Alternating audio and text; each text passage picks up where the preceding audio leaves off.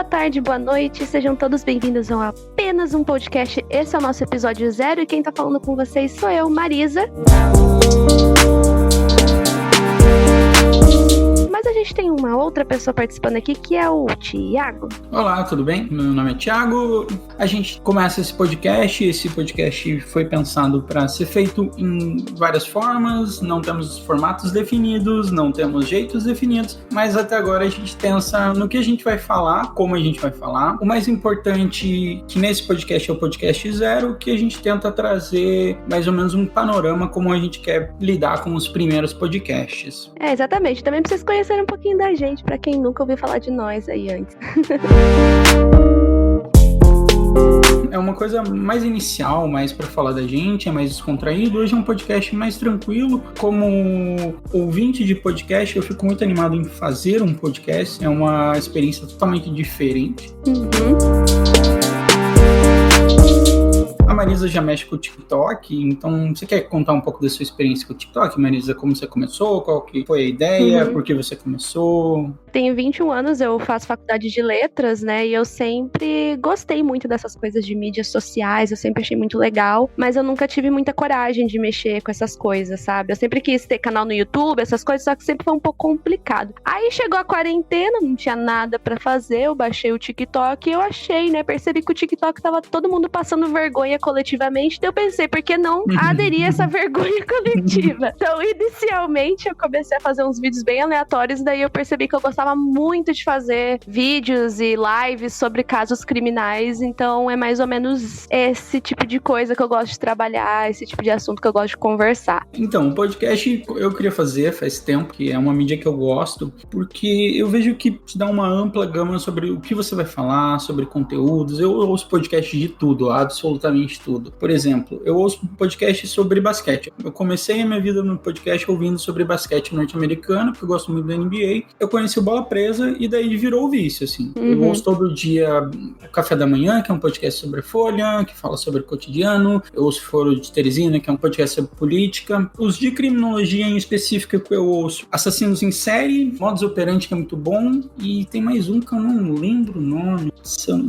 Eu não lembro, mas tem mais um que eu gosto bastante, que foi o primeiro que eu comecei e é muito, muito bom. E é isso, eu gostava disso, eu via muitos podcasts falando sobre várias coisas, mas não falava sobre o que eu queria. Assim, falava sobre casos criminais, mas eu queria, às vezes, falar sobre animação. É uma coisa que eu me inspirei, tanto que quando eu chamei você para fazer o podcast, era para animação, e depois que a gente foi ver, tipo, como a gente ia fazer, qual formato, e a gente não definido isso, então calma, pessoal, mas a gente tá definindo isso, modelos de podcast, se a gente vai trazer convidados, se a gente não vai, no primeiro podcast a gente quer trazer, lembrando que esse é o podcast 0. Meu nome é Thiago, eu tenho 26 anos, já sou formado em geografia, eu faço curso de administração, tô entrando pro primeiro semestre, e é isso aí. Só pra abrir um parênteses, vamos dizer assim, né, o nome do podcast é Apenas um Podcast por causa de apenas um show, que a gente tem muita vontade de falar sobre cinema e animação também, esses outros assuntos que provavelmente vai rolar, né, que eu sinto que a gente tem vontade de falar tudo que a gente tiver vontade de falar, né, então vai ser meio eclético, assim. É, justamente isso, a gente não quis fechar numa coisa só, tipo, a gente podia fazer um podcast só sobre coisas criminais, como tem o Modus Operandi, como tem vários outros, mas a gente decidiu deixar um meio mais aberto, assim. O nosso podcast, não vou nem comparar, mas porque não tem comparação, mas é tipo um Decréptos, assim, a gente fala sobre tudo, quer falar sobre tudo, e o que vier pra falar a gente fala. No Decréptos é um podcast bem eclético, eles falam sobre coisas meio bestas, sobre tudo, sobre futebol. Futebol acho que a gente não vai falar, porque a Marisa não é muito fã, mas a gente vai falar sobre animes e etc. Vai dar uma boa gama, a gente vai tentar ampliar o nosso escopo. A gente já sabe, a gente é muito bem claro o que a gente quer fazer. No primeiro momento a gente vai tratar casos criminais, depois a animação e vamos vendo como vai ser a nossa desenvoltura até para criar o podcast, né? Sim. Então, Marisa, eu preciso que você diga a sua vivência com o TikTok, agora eu preciso mais da sua vivência com o TikTok e com o seu público. E E desse público a gente vai tirar várias das perguntas que a gente vai ter aqui hoje.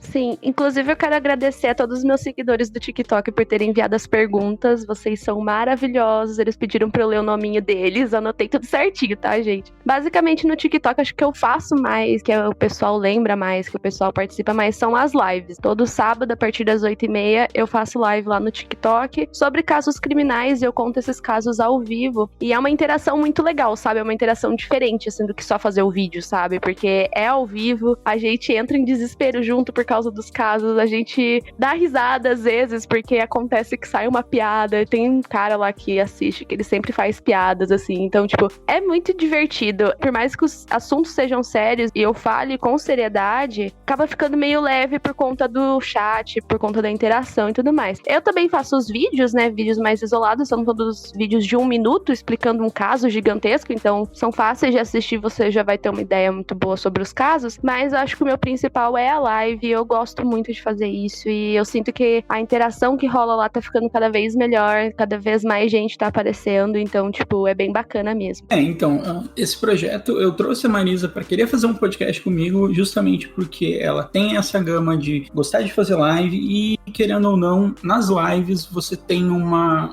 restrição, alguma restrição criativa, que você não pode falar tudo o que você quer. Sim. E isso acaba sendo ruim, assim, pro próprio conteúdo, assim. Então, justamente, a gente tá fazendo o podcast pra isso também, pra ter uma abertura de conteúdo, de como você pode falar. E acho que é isso. Me dê um exemplo de constrangimento que você não pode falar no TikTok, assim. É que, por exemplo, tem certos casos, assim, que, tipo, às vezes eu tenho que fazer uma mímica pra explicar o que a pessoa fez, porque nunca aconteceu da minha live ser banida por conta do vocabulário ou por algo do tipo, por conta das fotos. Eu tenho que tomar cuidado porque eu sei que isso pode acontecer, então, geralmente, tenho que usar outras palavras. Eu não posso usar, por exemplo, estupro, porque é considerado uma palavra muito forte. Daí, geralmente, eu uso violentar, tento achar outras palavras que têm mais ou menos o mesmo sentido. Mas uma mímica que até os meus seguidores dão um pouco de risada que eu faço, que é a mímica pra falar sobre decapitação. Eu falo, às vezes, arranco a cabeça, mas às vezes, a maioria das vezes eu só faço a mímica, assim, de tirando a cabeça fora do lugar. Eles dão um pouco de risada disso, mas é a maneira que eu encontrei pra explicar mais ou menos o que aconteceu, sem tomar esse risco de ser banida e tudo mais. E o podcast, ele vai falar sobre criminologia, a gente pretende fazer uma breve temporada de uns 4, 5 episódios, e não podemos esquecer, antes de tudo, que são pessoas, tem pessoas envolvidas. É muito legal, às vezes, você ver, um caso criminal, como é bonito ver. Ted Bundy, por exemplo, a galera gosta muito, acha ele bonito, tem toda uma mitificação sobre ele, mas, o que ele fez não foi nada humano, nada legal. Não vou dizer nem humano, que eu acho que humano não é a palavra, mas o que ele fez não é uma coisa digna de nota, sabe? A gente sempre tem que lembrar que a gente tá tratando sobre seres humanos, e seres humanos foram violentados, foram abusados, foram assassinados. Então, às vezes, a gente tem que segurar um pouco esse sangue de, tipo, super animadão sobre aquilo. A gente pode ficar animados com o caso, mas eu acho que com o serial killer em si, a gente tem que mais tentar entender da onde vem ele, qual é o fruto, qual que é o meio dele, por que ele é assim. Na série Mindhunter, eles tentam tratar bastante sobre casos criminais, então é uma série bem interessante que eles começam a tratar sobre assuntos de por que um criminoso violento é um criminoso violento. Eles começam a procurar passado, algumas perguntas que eles querem responder.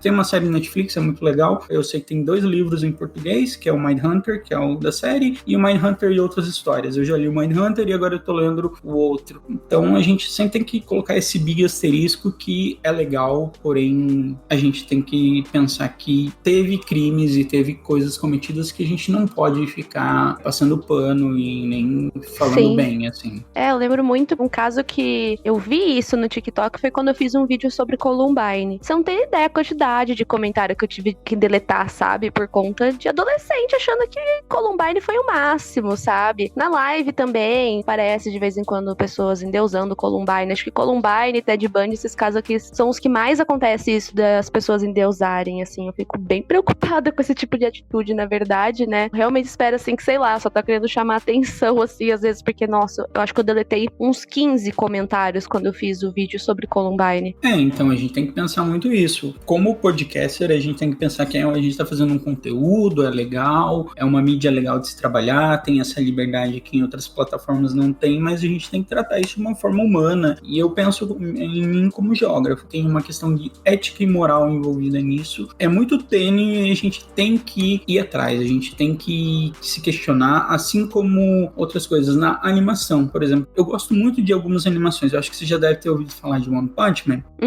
Sim. One Punch Man é uma animação linda. A primeira temporada de One Punch Man é incrível. Porém, a gente não pode esquecer que a produtora que faz, ela basicamente deixa os animadores 36 horas trabalhando, assim, tipo, deixam tempos absurdos os caras trabalhando. Tem vários processos de direitos trabalhistas e a gente não pode esquecer isso também. Tem muita parte humana das coisas. Então, eu acho que o podcast a gente tenta sempre trazer a nossa visão sobre o que é e também não passar muito pano para as coisas, sabe? Para as pessoas não ficarem usando coisas erradas, sabe? Não existe um nível de, aquele caso é interessante. Por exemplo, o caso Evandro é um exemplo, é um clássico do podcast agora, é gigante. O Ivan Mizanzuki, que é aqui de Curitiba, a gente nem falou, mas a gente é aqui de Curitiba. Ele é aqui de Curitiba, ele demorou anos e anos fazendo o caso, ficou muito legal, muito profissional e etc. E era um caso aqui das bruxas de Guaratuba e ele teve muito tempo de pesquisa. E esse caso foi, acho que em 94, fazem 20, 30 anos que esse caso foi, e ainda assim tem problemas legais. Eu acho que quando ele começou o podcast, ele teve que parar, acho que por 6 meses o podcast, para ele não influenciar em nenhum júri, porque ainda tava tendo júri, sabe? Então, como podcaster, você tem que pensar essa visão mais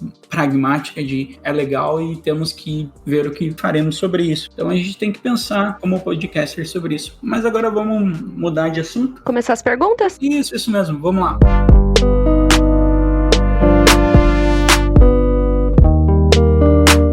A gente recebeu muita pergunta em relação a casos criminais e tudo mais. Acho que a gente vai deixar essas mais por último. Acho que a gente podia começar com essas mais sobre a vida que a gente recebeu, né? Então essa primeira eu quero que você faça pra mim, porque eu gostei bastante. Então, o André Lopes, 705, que enviou lá na minha live do TikTok, ele perguntou o que você faria se você visse um OVNI. Vai, pode falar, Marisa. Mas sabe que quando eu era criança eu tive a impressão que eu vi um OVNI? Eu morava no interior e eu lembro disso, claramente. Eu tava junto com meus amigos e a gente começou a ver um monte de luz estranha no céu. Eu acho que foi OVNI. E a única reação que a gente teve foi de bancar os cientistas, sabe? A gente ficou anotando, tipo, meu Deus, o que está acontecendo? Eu ia ficar um pouco assustada, mas eu sou uma pessoa, assim, que eu acredito muito em aliens, assim. Eu sou meio que a louca da ufologia, então eu acho que eu ia ficar feliz.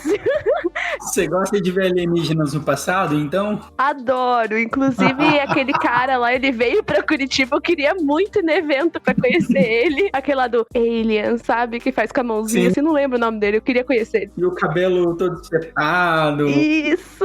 Tem uma estética toda maluca, assim, mas é bem legal. Ele veio pra Curitiba. E eu queria muito ter visto, não fui. Eu, como fã de Arquivo X, acredito no Truths Out There, mas não sei se eu vi ou nunca vi, mas é que assim, pra mim é uma coisa que eu acho legal como série, sabe? Arquivo X é uma das séries favoritas da minha vida, eu amo demais Fox Mulder, Dan Scully, mas não sei, pra mim é indiferente, sabe? Acho legal, se eu visse ia ficar muito legal, ia ficar tipo, uou, se aqueles malucos iam vestir chapéu alumínio, sabe? Tô imaginando esse chapéu de alumínio, desculpa. Chapéu de alumínio é muito bom, eu tenho uns amigos meus que tiraram uma foto com isso e ficou muito legal. Ai, muito bom. Bom, vamos pro próximo. Gabriel.Lourenço6789. Vamos fazer um bate-bola jogo rápido. Qual é a sua música da vida, Marisa? Eu tenho várias músicas que eu gosto, assim. Tipo, eu me considero uma pessoa meio eclética, assim, pra ouvir. Mas eu percebo que eu ouço mais indie, rock, pop, essas coisas. Mas tem uma música que não é bem a letra que mexe comigo, mas a letra, assim, não tem muito significado pra mim, mas é uma música que eu escuto, assim, há muitos anos, eu nunca enjoei dessa música, que é Roadhouse Blues, do The Doors. Eu adoro essa música, acho que se eu fosse escolher uma música, eu escolheria essa. E você? Eu escolheria Society, do Ed Vedder. Eu gosto muito do Ed Vedder. Eu gosto do Pearl Jam, não a nível de, sou super fã, mas eu gosto muito daquele filme... Into the Wild? Into the Wild, isso. Na natureza selvagem. Na natureza selvagem, isso mesmo. Então eu gosto muito e eu acho muito legal. Basicamente ele fez essa trilha trilha sonora só pra aquele filme eu acho incrível. Todo aquele álbum eu acho maravilhoso. Fica a dica de filme, porque esse filme é muito bom. Sim. Into the Wild é muito, muito bom. E o livro eu recomendo. Vocês vão ver, eu sou um leitor bem ávido, eu gosto bastante de ler. E o máximo de livros que eu puder ler, eu leio. É isso. Próxima pergunta. Próxima pergunta foi da Bibi Savaro, não sei se fala assim, mas vamos chamar de Bibi, vamos ser íntimos, né? A Bibi pediu pra gente contar um pouco mais da nossa infância. Como foi sua infância, Thiago? Putz, falar sobre infância é uma coisa difícil, mas, bom, eu sempre fui uma criança muito arteira, eu sempre corri muito, eu sempre me machuquei muito, eu sou muito estabanado, assim. Então, a minha ideia, eu tenho uma cicatriz na testa que eu tava na minha avó, e na minha avó tinha um baita corredor, na sala, onde era a sala, e nessa sala tinha um tapete. E nesse tapete, a avó sempre falava, não corram, não corram, não corram, mas como criança é um bicho desgramado, eu fui lá e corri. Só que eu corri e eu escorreguei. Tinha uma porta bem na entrada, e nessa porta ele tinha um rack, sabe aqueles rack gigantes que tinha, que dá pra você guardar lista telefônica, na época de lista telefônica, DVD. DVD não era daquela época, VHS, etc. Sim. Eu planando, eu bati bem na quina do negócio e abriu. Vai abrir 4 pontos. E depois ainda eu tive a pachorra de conseguir abrir de novo isso. Então esse mesmo ponto não estava sarado e eu abri de novo e foi bem difícil. Então na minha infância eu quebrei um monte de coisa, me quebrei no judô. Nossa, tudo que é osso que você pode imaginar eu já quebrei. E você, Marisa, o que você conta sobre percalços da infância? Olha, eu era mais quieta, né? Porque eu nasci no interior de São Paulo, em Barra Bonita. Aí depois eu me mudei, acho que com 6 anos pra Curitiba. E eu lembro de eu ser meio quieta, assim, eu era mais na minha. Eu acho que eu era até meio esquisita por conta disso. Porque as memórias que eu tenho, assim, na minha infância são todas de eu estar no meu quarto com os meus brinquedos, com a minha televisão e brincando sozinha. Eu gostava muito desde cedo de inventar histórias, de escrever. Eu lembro que eu fazia uma história em quadrinhos sobre alienígenas quando era criança. Pra você ver que a louca da ufologia sempre esteve dentro de mim, né? Então, eu tinha essa história em quadrinhos sobre alienígenas, eu gostava de fazer brinquedos, eu gostava de inventar. Nossa, mas as histórias que eu inventava, assim, com as minhas Barbies, com meus bichinhos de pelúcia, eram umas novelas mexicanas, sabe? Não eram umas histórias assim, olha, eu entendo por que eu ia no psicólogo quando era criança, porque, olha, as coisas muito absurdas. É, realmente você gostava de UFO, porque na minha infância, no máximo que eu assistia de UFO era o Arquivo X, e ainda assim supervisionado, porque tinha alguns casos que minha mãe lia antes e falava, não, esse daqui é muito pesado pra tu, a gente ou ela pulava o episódio ou eu não assistia, eu não podia assistir. Mas de resto, realmente, UFO não era uma coisa que me chamava atenção. Eu nunca assisti ET, assim, a galera é super fã e eu nunca assisti. Algumas pessoas dizem que é falha de caráter, mas fazer o quê? Eu lembro de assistir ET, Lilo e Stitch, Doctor Who, né? Doctor Who fala um pouquinho sobre essa coisa de alienígena, né? Eu amo Doctor Who, eu sou muito, muito fã, inclusive gravando com uma camiseta do Doctor Who. Isso do Dr. Ten, que é o David Tennant, e ele é muito bom. Nossa, um dos melhores. Eu amo ele. Eu tô ainda no Peter Capaldi. Eu tenho literalmente todos os clássicos do Doctor Who. Tem literalmente 256 GB. Eu tenho um HD, vários episódios antigos gravados, só não tão os que foram perdidos pelo fogo na BBC e que não conseguem mais. Mas eu tenho todos, eu gosto muito. E eu comecei odiando o Doctor Who. Eu vou ser bem sincero, como que é o nome do primeiro, do novo? Que é aquele... Ele é meio brucutu, que veio antes do David Tennant. Sim, eu identifico ele como careca com o nariz grande. E fica a dica, gente, Doctor Who é muito bom. E é uma série, assim, que não necessariamente tem que assistir na ordem, porque você, assim, tem 50 anos pra mais que essa série existe, tem as temporadas mais novas e tudo mais, e não necessariamente você tem que assistir os episódios na ordem, porque antigamente a TV Cultura passava, né, então assistia na TV Cultura, acho que hoje em dia eles não passam mais, mas, assim, vocês não tem que assistir na ordem, funcionou pra mim e é muito bom. Christopher Eccleston, ele saiu do Doctor Who, ele ficou só uma temporada, eu não gostei muito dele, mas depois eu vi que ele tinha um charme dele como doutor, mas no primeiro momento eu achava muito tosco. É que o Doctor Who é tosco, né? Ele é feito pra isso, então... Tanto que, gente, se vocês forem ver, não reparem nos efeitos especiais, tá? É que eu acho que Doctor Who, a grande coisa dele não é nem os efeitos especiais. Ele não te ganha com o efeito especial, ele te ganha com a história. Eu acho que a história do Doctor Who é muito bem construída e, nossa, eu gosto bastante. Eu ainda tô na série de Peter Capaldi, eu queria ver muita Jodie, porque agora eu vejo que falam muito sobre ela e tem muita polêmica também envolvida sobre ela. Sobre, ela é uma doutora mulher e tá, e agora se for um doutor negro, não pode ser, porque ele é um alienígena e ele não pode ser uma mulher, ele é um alienígena e ele não pode ser um negro. Qual é o sentido disso? Nossa, deu uma treta isso na época. Sim, deu a maior treta. Perfis de Reddit, já sabemos, né?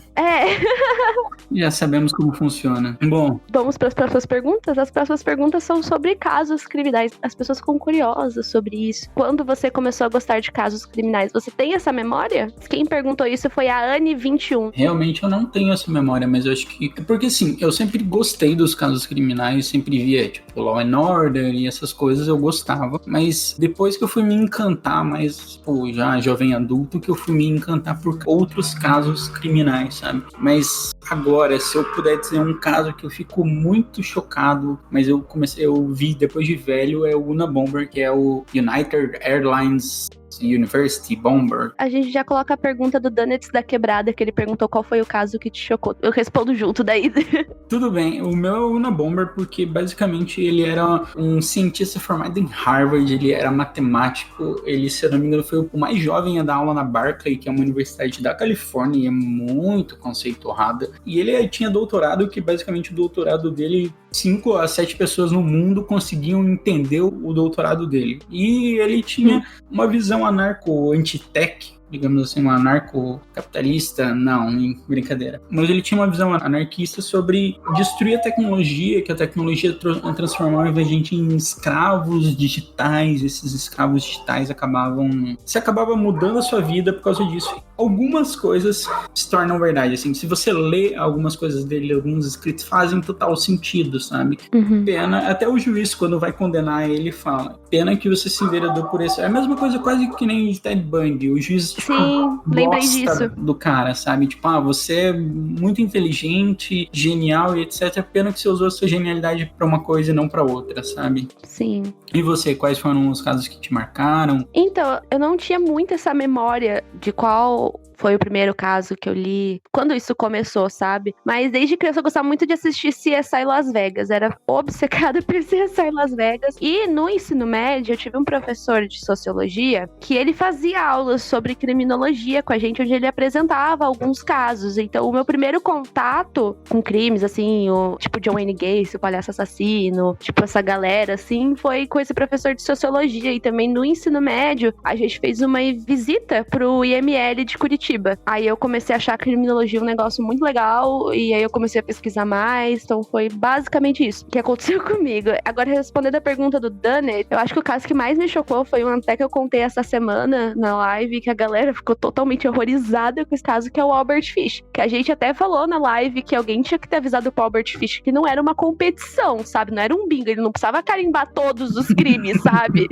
Basicamente, ele fez isso, tipo, ele fez praticamente tudo que vocês possam imaginar de crime, tipo, ele era canibal, ele era pedófilo, ele violentava, ele matava, ele agredia. Ele era louco, só pra vocês terem uma noção, como é que é curiosidade inútil, né? Quando ele foi preso, ele foi condenado à morte na cadeira elétrica, né? Eles tinham que tirar coisas de metal dele, não sei porquê. E simplesmente quando eles foram tirar os metais do corpo dele, eles descobriram que tinha 29 agulhas inseridas no ânus dele. Então, tipo, o cara era louco, ele fez, tipo, só coisa absurda. Acho que foi o pior caso que eu já li. E agora você falando sobre isso, eu lembro que eu gostava muito, muito, muito da série Dexter. Eu lia muito os Dexter, os primeiros Dexter. Eu vou dizer que, assim, eu era um fã de Dexter do livro Dexter. E eu não gostava muito da série, assim, porque eu achava que a série era muito diferente do livro. Eu acho que eu tava no quarto Dexter e eu fui ver a série. E a série Dexter é sensacional, assim. Eu acho que até a quarta temporada Dexter é, tipo, uma obra-prima. Da quarta à oitava, basicamente, o estúdio jogou fora e quis imprimir dinheiro e ficou ruim. Eu fui também no IML IML de Curitiba,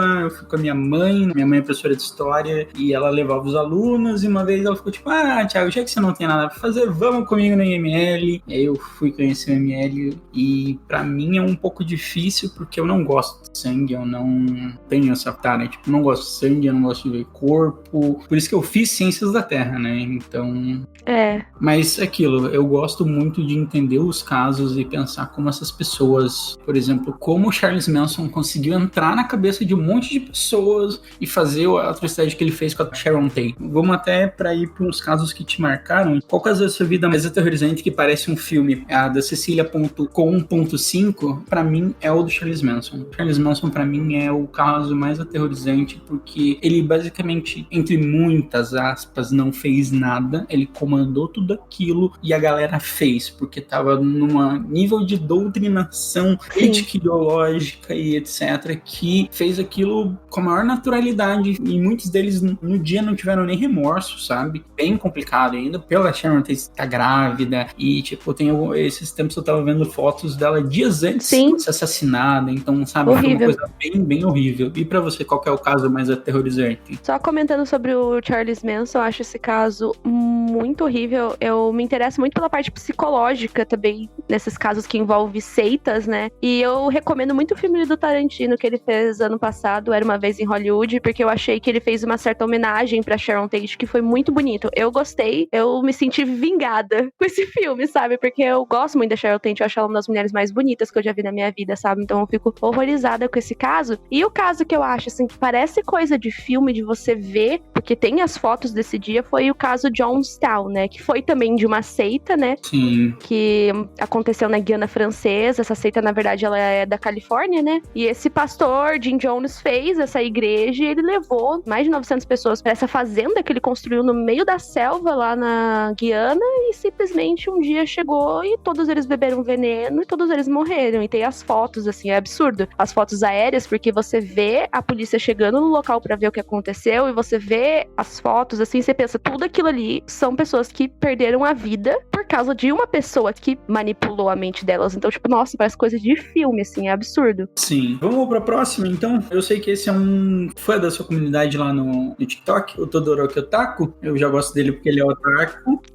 Como eu sou otaku, vendo outro otaku, a gente tem que se unir, né? Exatamente. Qual foi o seu primeiro caso? E como você ficou depois de ler sobre ele? Essa pergunta do Todoroki me lembra até outra pergunta que eles me fazem muito nas lives, que é como eu consigo dormir depois de ler e falar sobre tudo aquilo, né? Eu não lembro exatamente qual foi o primeiro caso, mas eu lembro que o primeiro caso que eu trabalhei no TikTok, o primeiro vídeo que eu fiz e o primeiro caso que eu trouxe pra live foi o Ted Bundy, porque, gente, não tem como. Ele era um idiota, mas, tipo, é o caso mais conhecido, todo mundo que eu conheço que fala esse assunto acaba começando por ele, né? Porque ficou muito conhecido mesmo, né? Sim. Que eu lembro, assim, né, que eu falei, o primeiro contato que eu tive com crimes reais foi nessa aula de sociologia. Eu lembro da Lady Bathory, uma das maiores serial killers da história. Ela matou mais de 650 pessoas. Eu lembro do Albert Fish, que eu já falei, né? E eu lembro do John Wayne Gacy, né, que é o palhaço assassino. Então acho que esses foram os primeiros casos, os mais clássicos, vamos dizer assim. Comecei com os clássicos. E eu lembro que quando eu comecei a ler sobre isso, eu me sentia meio mal depois, sabe? E eu realmente, assim, ficava com um pouco de medo de dormir depois. Só que hoje em dia, eu sinto que eu tô um pouco mais forte em relação a isso, porque toda semana eu estou falando sobre isso, né? Toda semana eu estou pesquisando mais sobre isso, então meio que eu já me acostumei, já não é uma coisa assim que me afeta, eu consigo separar as duas coisas, sabe? Basicamente você criou casca sobre isso e estômago, né? Tem estômago pra falar sobre isso. Porque não é todo mundo que gosta, há muitos amigos meus que eles gostam sobre os casos criminais, mas eles não têm estômago para os casos criminais, porque realmente, às vezes é difícil, sabe? É difícil, e pra mim a grande questão de caso criminal é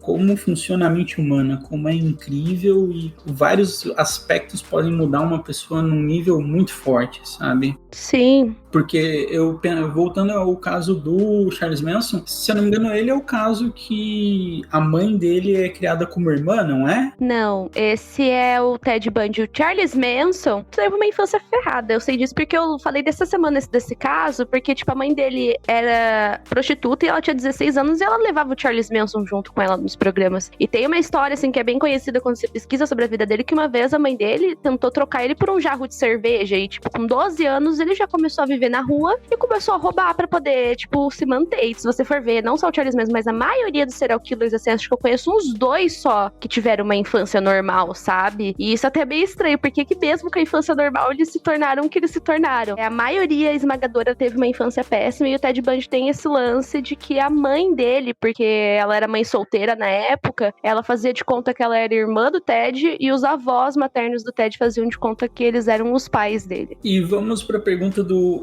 Nossa, viadinho com pão com ovo. Por que você gosta de casos criminais? Assim, eu sempre gostei muito de história, e eu sinto que estudar sobre casos criminais é meio parecido com estudar história, sabe? Sempre gostei de filosofia, sempre gostei de sociologia, psicologia, então eu acho que tudo isso engloba os casos criminais, porque eu acho a parte mais legal, a parte que a gente até falou, que é entender a mente humana, como que uma pessoa chega a esse nível, por que uma pessoa faz isso. Sei lá, eu acho interessante analisar essas partes, sabe, da mente humana. Eu também acho incrível sobre isso. Até no caso dos casos criminais tem essa pergunta. O Mindhunter, que é, como é que é o nome dele? O John Douglas, ele pergunta várias vezes, ele faz esse questionamento de o que fez essa pessoa ser assim, por que ela fez isso, sabe? E muitas vezes é isso, é um núcleo familiar totalmente desestruturado. Bullying, e isso é bem grave, assim, porque, tipo, umas coisas que até um pouco tempo atrás, eu acho que até quando a gente tava na escola, eu tenho 26 anos, você tem 21, então a diferença não é muito grande. Até quando a gente tava na escola, bullying não era falado, ou quando não era falado, era uma coisa bem, ai, nossa, tá bom, sabe? Haha, vamos falar sobre bullying. Até as pedagogas e etc. não levavam muito a sério, sabe? E agora eu vejo que nessa nova geração, o cyberbullying é uma coisa muito prejudicial, e eu fico pensando como o cyberbullying pode ser um estopim para casos criminais, que a gente tem exemplo que a gente tá falando hoje. Sim. Acho bem complicado, e é a mesma coisa que a gente falou bem no começo do podcast sobre endeusar coisas, tipo endeusar o massacre de Columbine, não tem que ser endeusado. Sim, tanto que o bullying começou a ser mais falado por conta do que aconteceu em Columbine, né, que aconteceu em 1999. Começaram a perceber um pouco mais isso depois de Columbine. Sim, se tem uma outra coisa pra falar de Columbine que eu acho muito interessante, é o You Need to Talk About Kevin. Precisamos falar sobre o Kevin, que eu acho incrível. É um filme pra mim que... Nossa, eu fiquei até arrepiado, porque ele realmente é um filme muito bom, e ele trata sobre a visão da mãe, sabe? Como a mãe sofreu com aquilo e como a vida dela foi destruída com aquilo, sabe? Sim. E eu acho que às vezes é infértil saber se a mãe é culpada dele ter feito aquilo ou não. Ao meu ver, ao ver de Thiago, se a mãe dele é culpada, não existe livre-arbítrio, sabe? Não, ele não escolheu fazer aquilo. Ele foi pré-definido? Não sei. Às vezes eu me questiono sobre isso. É um assunto muito complicado, né? Muito denso. Bom, acho que a gente pode ir pra pergunta da Fada 2. Tem vários dados, por isso que eu falei Fada. Ela perguntou qual que é o seu caso favorito. Bem, eu, assim, favorito, acho que é uma palavra, assim, que, sei lá, a gente associa com amor, assim, mas não é bem isso que eu sinto, né? Mas tem certos casos que eu me interessei mais durante os estudos, e tem casos, assim, que eu sinto que eu gosto um pouco mais de contar nas lives, entende? Que você tem uma aptidão, não é nem aptidão, mas você já tem um feeling com o caso. Isso. Eu gosto muito de falar sobre o caso do BTK. Eu gosto de casos que são longos, sabe? Tem bastante pano pra manga, que dá pra ficar bastante tempo falando. Então, o BTK é um caso gigantesco. Demorou 30 anos até a polícia conseguir prender ele, né? Não vou falar muito, né? Porque eu sei que você tá lendo o livro, Thiago. Tô.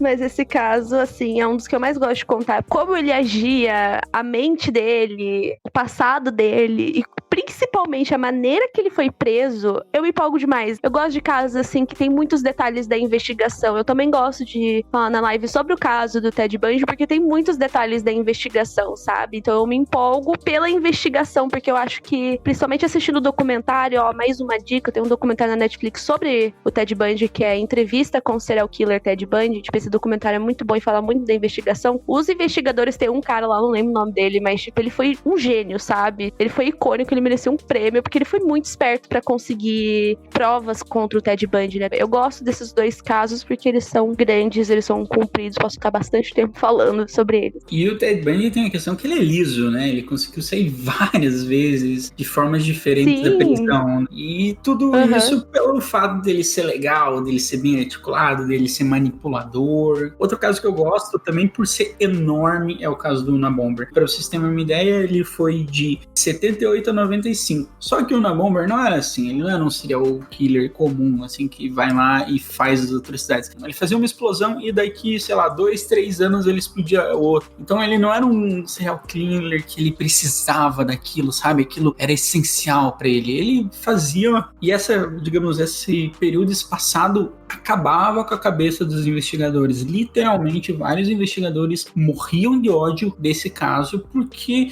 não tinha uma constância de lugar, tinha basicamente um esqueleto geral, e esse caso foi pego por uma coisa que até o Mindhunter vai criar, que eu acho que é muito complementar. O Mindhunter, ele, como entenderam casos criminais, e aí começa os estudos sobre isso, da linguagem criminal, do comportamento e etc. E eles vão decifrar o Theodore Kaczynski com o manifesto. Ele faz um manifesto que ele obriga a mídia, estilo Zodíaco, ele obriga a mídia a colocar no ar, e se não botar no ar, ele vai explodir várias coisas. Então a mídia coloca, a imprensa fica muito pressionada sobre isso, e acaba que ele é descoberto porque o irmão dele manda uma carta para o FBI. Eles veem semelhanças ortográficas e de forma de escrever, e ele é condenado por isso. Até na época não era comum fazer isso, não tinha nenhuma base legal para fazer isso, e o caso é icônico. Ele morava numa cabana, Evergreen Park, Illinois. Literalmente eles cortam a cabana e trazem ela do Illinois até onde vai ser feita a investigação, e é bem absurdo, assim, é um caso que me choca de várias formas.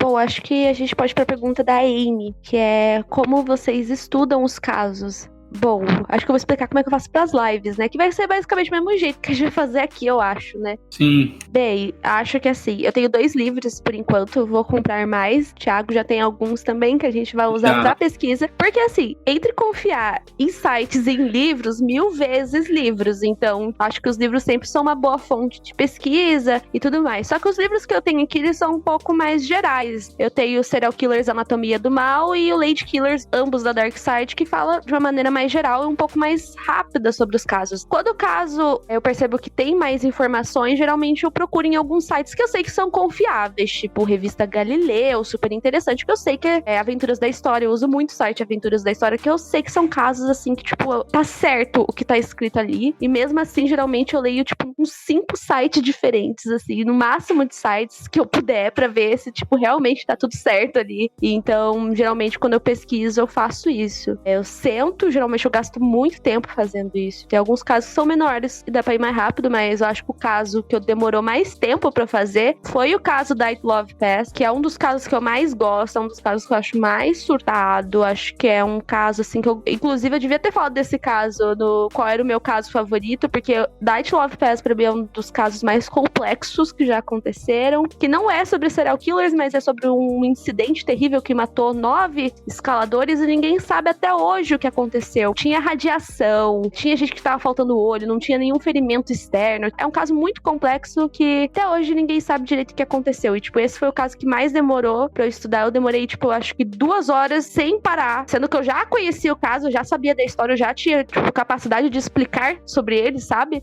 Eu demorei, tipo, 2 horas sentada, assim, tipo, só pra escrever o roteiro pra live, sabe? Uau! Então foi complicado. Acho que esse foi o caso que mais demorou pra eu estudar, e é assim que eu estudo pra fazer as lives. Sempre tomo muito cuidado com tudo que eu leio. Sim, eu gosto bastante de livro, pra mim é uma das melhores fontes. Eu ouço muito podcast sobre, pra também pegar referência lá, sempre tem uma referência aqui ou acolá. E aquilo, tem coisas que a gente pode escutar um monte, podem ter pesquisadores especializados que tem coisas de infância, etc., que a gente pode supor, dizer que foi, mas a gente não pode dar escrito como na pedra, como certo. Sim. Tem muitas coisas que precisam ser estudadas realmente em livro e com notícia, assim. Notícia da época, por exemplo, tem um caso que eu gosto bastante, que é o D.B. Cooper, que é um caso que o cara, ele assalta um avião, e é o único caso não resolvido norte-americano de assalto aéreo, sabe, de terrorismo aéreo. E aquilo, não tem muita coisa sobre o caso, você tem que ficar especulando um pouco sobre ele pra ver, tipo, o que aconteceu, será que ele conseguiu sobreviver, será que ele não conseguiu? E aí tem um filme sobre isso, tem livro, tem os documentários da época, tem os documentários que são sobre a época, que houve aquilo. Então, as pesquisas são de tudo, assim, a gente pesquisa sobre vídeo, sobre livro, mas eu acho que a gente acaba pegando como base sempre fontes confiáveis e livros, né? Eu gosto de documentário também. Tem gente que pergunta pra mim se eu uso filme. Filme não, gente, porque filme geralmente eles dão umas romantizadas. Olha, principalmente esse último que saiu do Ted Bundy aí, que é com o Zac Efron, pelo amor de Deus, quanto que eles romantizaram. Como ele é um galã e bonitão. Eu falo que foi muito humilde da parte deles colocarem o Zac Efron, que é um gato maravilhoso, pra fazer o Ted Bundy. Ah, pelo amor de Deus, ele não era bonita. E isso me fez lembrar, né, que você tá falando desse caso aí do roubo do avião, né, que é aquele amor e ódio por casos não solucionados, né, não sei, eu sou conflitante, se eu gosto ou se eu não gosto. O Night Love Pass também não tem solução e eu gosto muito, mas acho que eu sempre prefiro os que são solucionados, porque eu sou muito curiosa. A solução sempre é melhor, porque você pelo menos consegue, mas esses casos não solucionados, você fica tipo, ai meu Deus, o que aconteceu? E você sempre fica curioso e vai morrer curioso, porque não tem resposta, infelizmente. Sim. Tem uma última pergunta que eu achei muito legal, acho que a gente podia fazer ela pra encerrar, pode ser? Pode ser. Essa pergunta foi da minha amiga Mariana, eu não sei falar o nome dela, mas ela é minha amiga pessoal, foi da Blooming